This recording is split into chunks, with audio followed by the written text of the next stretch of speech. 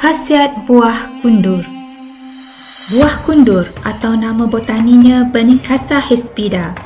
Nama yang lain ialah Benincasa cerifera G. Savi.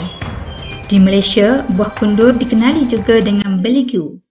Orang Jawa mengenalinya dengan nama beligo atau belonceng. Nama Inggeris untuk kundur ialah waxgourd, whitegourd dan ashgourd. Perkataan gourd merujuk kepada pelbagai jenis buah dalam famili Cucurbitaceae seperti peria, labu, labu air dan sebagainya. Perkataan wax white dan ash merujuk debu putih yang terdapat pada kulit buah kundur.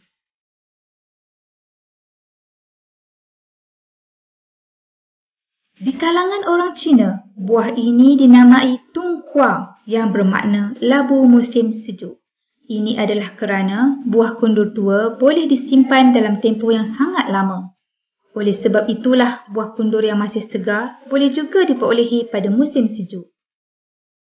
Ada ahli sains berpendapat tumbuhan kundur liar asalnya didapati di Jepun dan Jawa. Namun begitu, di Malaysia tidak terdapat kundur liar. Oleh sebab itu, kundur lebih banyak ditanam di kawasan tidak terlalu lembap seperti di Malaysia.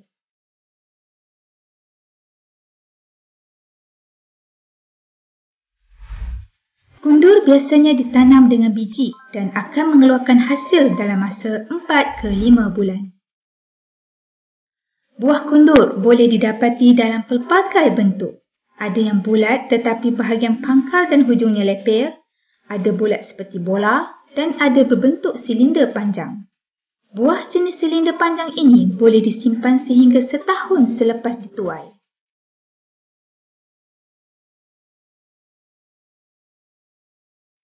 Di Malaysia, terdapat kundur Cina dan kundur Jawa. Kundur Cina berkulit licin, manakala kundur Jawa berbulu. Akar buah ini dapat menahan pelbagai penyakit yang berpunca dari dalam tanah. Ciri inilah yang menimbulkan idea untuk mencantumkan pokok tembikai atau tembikai madu dengan batang kundur supaya ia kurang diserang penyakit.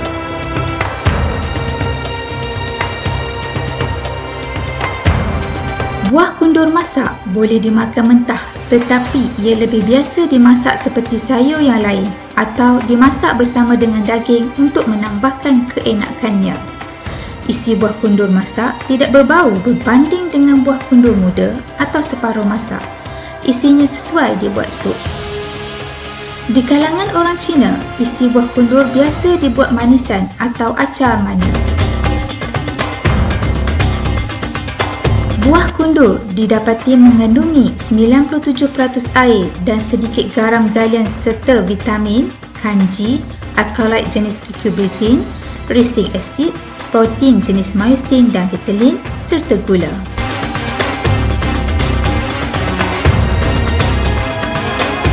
Sebenarnya buah kundur sesuai dimakan untuk menghilangkan dahaga dan perangsang pada buang air kecil. Daun muda, huduk bunga dan buah muda pula boleh dimasak. Pada masa dahulu, lapisan luar kulit buah kundur digunakan untuk membuat lilin.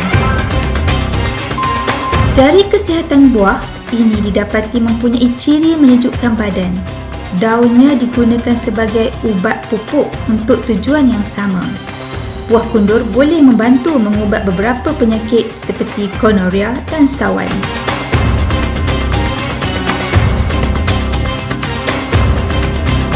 Di China, kulit buah, isi buah, jus dan biji kundur digunakan sebagai ubat untuk merangsang buang air kecil dan air besar, penawar demam panas, bawasir, lebam atau bengkak, tonik, sakit usus, sakit buah pinggang, kencing manis, dropsy iaitu takungan air dalam badan dan lemah limfa.